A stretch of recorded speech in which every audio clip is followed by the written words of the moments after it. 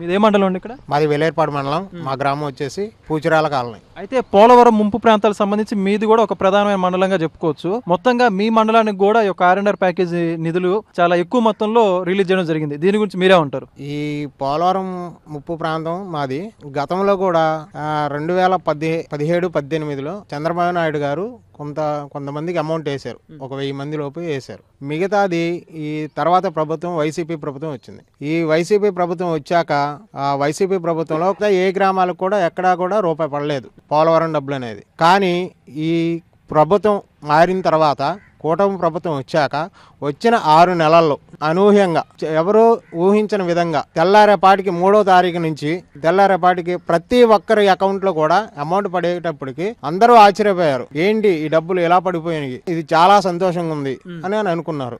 చంద్రబాబు నాయుడు గారికి మరియు పవన్ కళ్యాణ్ గారికి అదే విధంగా నరేంద్ర మోడీ గారికి వారందరికీ కూడా వెలేర్పాడు మండల ప్రజల నుంచి ధన్యవాదాలు తెలియజేసుకుంటున్నాం.